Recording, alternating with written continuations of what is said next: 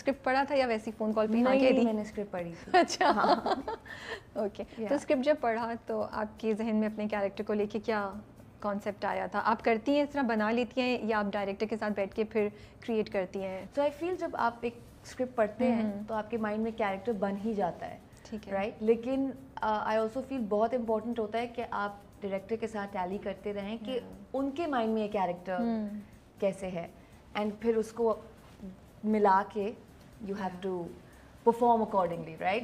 سو میرے مائنڈ میں بن گیا تھا ایک کیریکٹر, اور پھر آبویسلی میں ہر سین سے پہلے ندیم بھائی سے I used to be like کہ اس کو ایسے ویسے یہ وہ, اینڈ وہ زیادہ کچھ بولتے نہیں تھے. اچھا, so it was very interesting working with ہم بیکاز ہوتا تھا کہ اچھا یہ والی ڈائریکشن ملے گی, وہ والی, بٹ نو, نہیں. آپ کا کیریکٹر بہت ڈفرینٹ ہے صنفاہن میں فرام دا ٹیزر جو ہم دیکھ رہے ہیں. جی, پرابلی آپ کا اور جو شری لنکن ایکٹریس ہیں ان کا, داشی کا, ہے نا. تو اس کے لیے آپ نے کوئی ریسرچ کی, آپ نے کچھ اپنے ذہن کو اس طرف لانے کے لیے, کچھ چیزیں انڈرسٹینڈ کرنے کے لیے, مینرزم, پریکٹسز اسپیسیفک کیریکٹر سے related?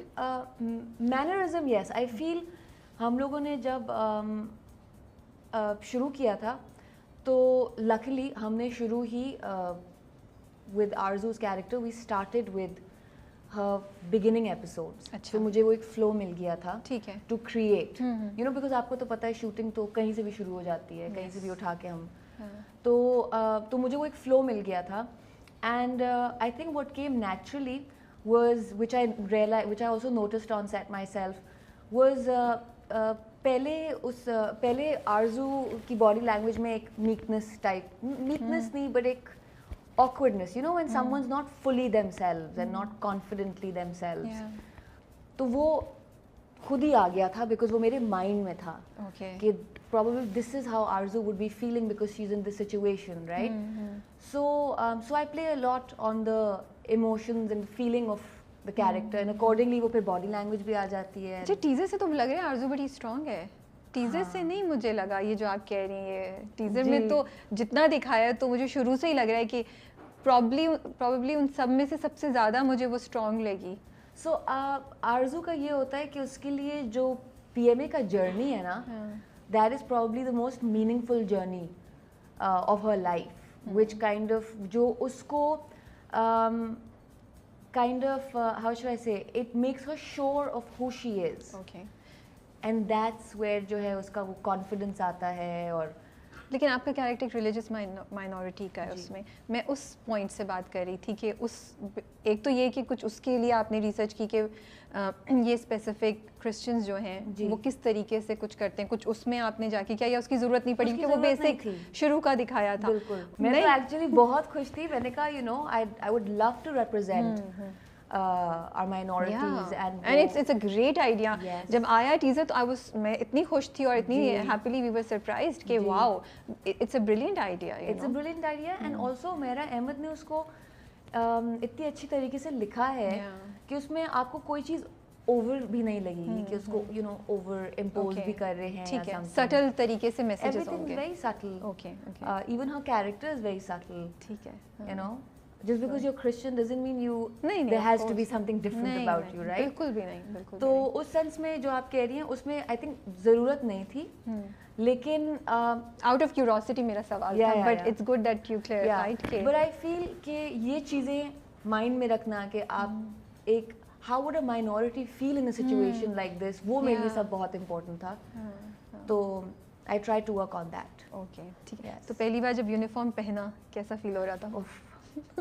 I can't explain it because پہلے تو فٹنگز یہ وہ, بٹ جب آپ پراپرلی تیار ہوتے ہیں اور تیار ہو کے, اور کیونکہ وہ اس کی پریپریشن بھی بہت الگ ہوتی ہے, you have like the staff and CHMs and BHMs and all of them کہ یہ ایسے ہوگا یہ ویسے ہوگا, and you're just standing and you're like okay.